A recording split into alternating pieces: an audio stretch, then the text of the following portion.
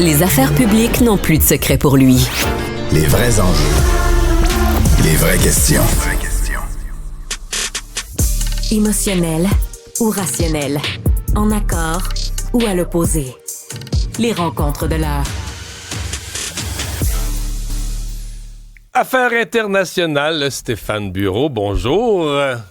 Salut Mario, comment vas-tu? Ça va très bien. Ça va moins bien pour le maire de New York, parce que, bon, on est évidemment en élection présidentielle, c'est ça qui retient l'attention aux États-Unis, mais par la bande, si des personnages importants d'un camp ou de l'autre dérapent, ça vient comme un peu compliquer la vie de tout le parti. Et le maire de New York, c'est pas joli, là, hein? Non, c'est pas du tout joli. J'allais dire ce matin, on a vraiment l'embarras du choix parce que l'actualité est riche. On aurait pu faire un détour par le passage à Ottawa et bientôt dans quelques heures à Montréal du président Macron, puisque on le sait, ça a un impact direct sur les relations bilatérales entre le Canada et la France. Est-ce que l'accord de libre-échange, qui est un peu en suspens, sera finalement ratifié ou rejeté alors qu'il y a une nouvelle ministre du Commerce extérieur qui est opposée et qui, quand elle était sénatrice récemment au mois de mars, a voté contre l'entente de libre-échange. On ne le fera pas, on se gardera ça peut-être pour demain. Tu le disais, à New York, ça va mal pour le maire démocrate, M. Adams. En fait, il n'y a pas vraiment de précédent dans l'histoire de la ville. Un maire en fonction qui sera au cours des prochaines heures vraisemblablement accusé au niveau fédéral de crimes de corruption. C'est lié en particulier à des cadeaux qu'il aurait reçus du gouvernement turc autour d'un projet de construction de la nouvelle mission diplomatique de la Turquie qui voulait obtenir quelques dérogations et qui, en échange, disons, d'un regard plus souple sur les affaires, aurait peut-être arrosé le maire et son entourage. L'étau se resserrait depuis plusieurs semaines, mais on feignait l'indifférence. Parce que essaie d'imaginer, toi, entre autres, c'est arrivé il y a quelques mois, mais tout continue comme si de rien n'était. Les policiers du FBI qui arrêtent le cortège du maire alors qu'il se déplace à New York demandent à ces gens de sécurité de se pousser afin d'aller saisir les équipements électroniques du maire, donc potentiellement son téléphone, son ordinateur, son téléavertisseur s'il en a encore. Et là, c'est évidemment pas lié au risque qu'il lui explose à la ceinture. On voulait être certain, et toute blague à part, on voulait être certain de mettre la main sur sa correspondance. Ouais, mais parce que plus tôt, cette semaine ou la semaine passée, il y a eu toute cette histoire. On regardait dans son entourage, on parlait d'un certain népotisme et que ses amis d'école, toutes sortes d'officiers importants qu'il avait nommés, ben c'est son ami d'enfance, son ami d'école. Puis là, après ça, ben, l'ami d'école, mais le frère d'ami d'école. Alors, tout ce monde-là se retrouve... Trois frères, en fait. Ouais. Et il y a vraiment des questions de népotisme qui se posent. Ça serait pas surprenant. À New York, des histoires de corruption, il y en a, et il y en a eu, il y en aura toujours. Là, ça monte au plus haut niveau. Quand je disais l'étau s'est resserré, ça a commencé il y a quelques semaines avec certains de ses collaborateurs qui ont été forcés de démissionner. C'est son patron de la police qui a été aussi éclaboussé. Il faut voir que Eric Adams, c'est l'incarnation du rêve américain. C'est-à-dire que voilà un enfant venu de, je dirais pas de nulle part, mais presque élevé par une mère monoparentale qui devient policier, qui a des activités au sein du syndicat, qui serait éventuellement élu, et autour duquel il y a toujours eu quelques odeurs qui n'étaient pas nécessairement favorables, je dirais pas nauséabondes, mais presque. Il avait été soupçonné d'affaires qui étaient justement pas tout à fait correctes avec le boxeur Mike Tyson. Jamais d'accusation n'avait été portée formelle. Et là, clairement, les autorités fédérales ont fait leur devoir et ont fait en sorte qu'ils arrivent avec quelque chose de plus costaud. Et on ne sait pas exactement ce que seront les accusations. Ce qu'on sait avec certitude, c'est que le maire Adams, lui, dit va se battre jusqu'au dernier souffle, qu'il n'est coupable de rien. Dans les circonstances, on peut comprendre que c'est la parade politique nécessaire. Mais tu le disais d'entrée de jeu, parce qu'on pourra bientôt parler peut-être aussi de Mme Harris, qui hier donnait sa première entrevue solo, si tant est que ça veut dire quelque chose, dans le contexte d'une campagne présidentielle. Est-ce que les comportements, les agissements d'un maire démocrate dans une ville aussi importante que New York peuvent avoir un impact sur le cours des événements? Non.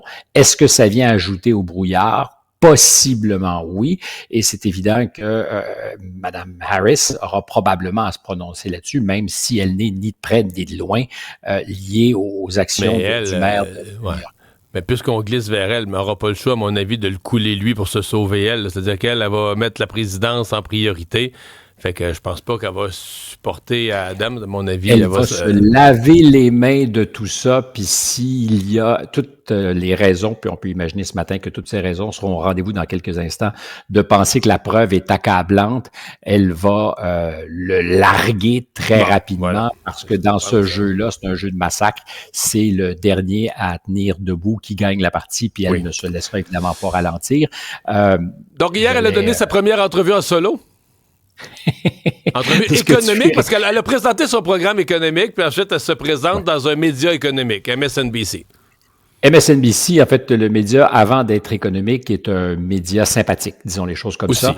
Comme Fox est sympathique aux républicains, donc c'est pas en soi anormal. Sinon qu'aujourd'hui, on peut se poser des questions sur la manière de faire du journalisme, particulièrement à la télévision. MSNBC, disons-le, c'est un média assez partisan, très favorable aux démocrates.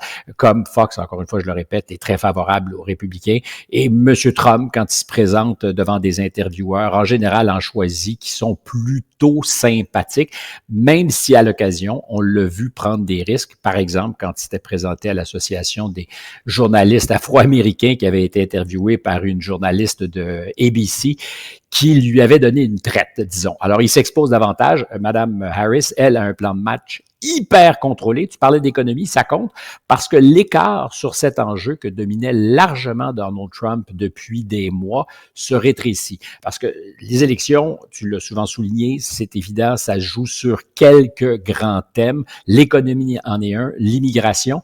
Et du point de vue de M. Trump, l'immigration va devenir ou est déjà le clou qu'il faut enfoncer parce que sur l'économie, je le disais, l'écart se rétrécit.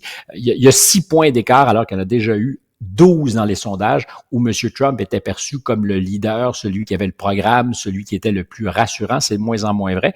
Pour des raisons objectives, c'est-à-dire que l'économie américaine va pas si mal. La récession annoncée va sans doute cogner à la porte éventuellement, mais pour l'instant, le scénario de l'atterrissage en douceur semble, je dis bien semble parce que je manipule ça avec des pincettes, les choses peuvent se détériorer très rapidement en matière économique, mais il y a eu une petite tempête boursière au début où ça a duré 48 heures. Pour l'instant, la bourse est à des sommets historiques. Les indices touchent des records quasiment tous les jours.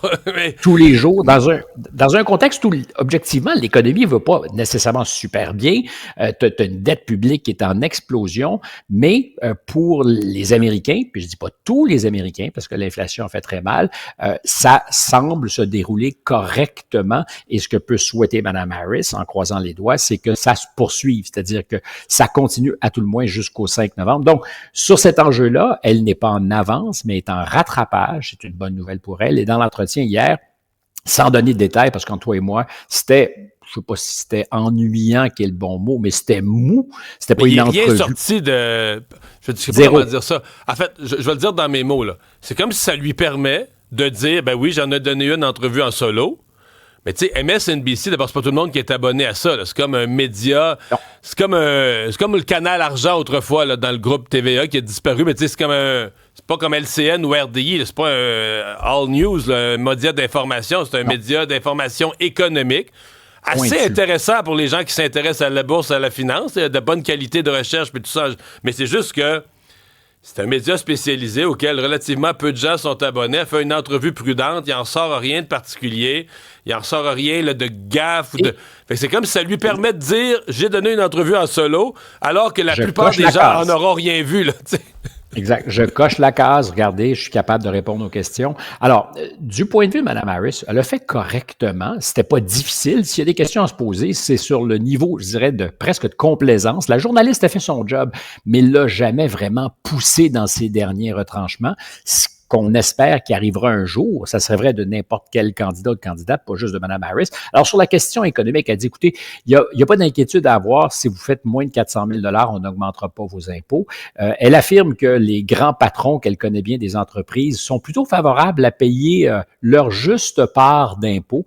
Puis, on parle toujours de Warren Buffett et de Bill Gates qui, à répétition, ont dit nous, si on nous serrait un peu le citron, on serait d'accord. Moi, dans ces circonstances, je dis toujours, j'attends de voir si les bottines vont suivre les babines. C'est politiquement très, très cool de dire on est prêt à payer davantage d'impôts. Est-ce que Microsoft veut vraiment payer davantage? tout cas, Mme Harris semble dire que ça serait possible. Mais ce qui est le plus important, c'est de nous ramène... Le vrai test, est-ce que ces gens d'affaires seraient prêts à congédier leurs fiscalistes qui sont là pour trouver les meilleures façons de payer un minimum d'impôts, puis dire non, pas de fiscalistes, là, faites ça. On se fait confiance. On se fait confiance, puis on paye. Ben oui, le gouvernement nous dit que c'est pour le bien public, alors on va oublier les petites entourloupettes, puis on va laisser le fisc nous dicter notre politique. Poser la question, Mario, c'est un peu y répondre. Mais la vraie question économique, c'est celle des tarifs douaniers, parce que ça pourrait avoir un impact sur le Canada. C'est pour ça que je te parlais tout à l'heure de M. Macron, puis on y reviendra peut-être demain, parce qu'on vit dans un monde où le libre-échange est malmené. Ça met à mal des pays qui sont habitués à exporter. Le Canada ne fait pas exception. Les États-Unis, en ce moment, sont beaucoup plus protectionnistes qu'ils l'étaient. Et là, pour Mme Harris, c'est dire, ben moi, je le suis, mais de manière intelligente, parce que le premier à avoir monté les tarifs douaniers, c'est M. Trump. Puis évidemment, il n'y a personne dans l'administration de M. Biden ou de Mme Harris qui va dire, hey, c'était une bonne affaire, même s'ils ont maintenu beaucoup des tarifs qui ont été imposés, par exemple, à l'endroit de la Chine. Elle est passée à l'attaque en disant, non, M. Trump, s'il est réélu, il va mettre des tarifs sur tout. Ça va devenir une taxe déguisée qui va faire que nos biens de première consommation vont nous coûter jusqu'à 20% plus cher. C'est vrai que des taxes, des tarifs douaniers, ça peut faire monter le coût des choses. Le libre-échange, au départ, c'est une espèce de deal. On dit, on va peut-être perdre des jobs, mais tout va devenir moins cher. Votre laveuse-sécheuse va vous coûter beaucoup moins cher, fait que vous allez économiser, mais ça se peut qu'il y ait des jobs manufacturiers qui soient mis à risque. Et aujourd'hui, on dit non, il faut qu'on ramène cette souveraineté industrielle. C'est au cœur du discours de Mme Harris, c'est certainement au cœur du discours de M. Trump, mais c'est de savoir qui des deux a le meilleur plan de tarifs douaniers qui ne vont pas faire mal en même temps aux consommateurs. Et le détail de ça n'a pas été donné, évidemment, par Mme Harris. Il n'y a aucune chance qu'on l'ait. Et je termine là-dessus parce qu'on a souvent parlé, toi et moi, d'immigration.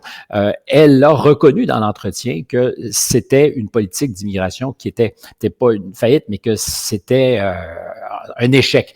La question, c'est comment peut-on le dire et accepter d'avoir été aux commandes pendant 4 ans? La réponse courte et rapide, en général, c'est pour Mme Harris, il y avait une entente bipartite pour pouvoir trouver une solution, et c'est totalement vrai, qui a été torpillée par Donald Trump, qui, pour des raisons politiques, voulait pas que ça passe. Et là aussi, c'est vrai.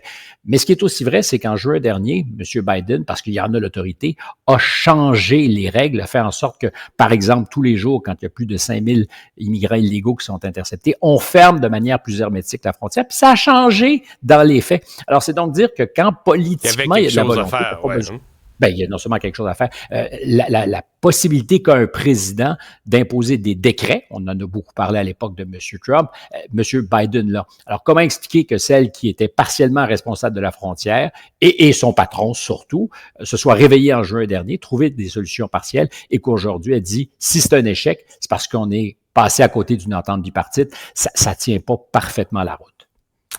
Stéphane, merci. À demain. Ça m'a fait plaisir et on parlera des mots qu'aura employé le président aujourd'hui pour expliquer que l'entente de libre-échange n'est vraiment pas menacée alors qu'il y a peu de chances qu'elle soit jamais adoptée à l'Assemblée nationale. À suivre, on surveille ça. Ciao.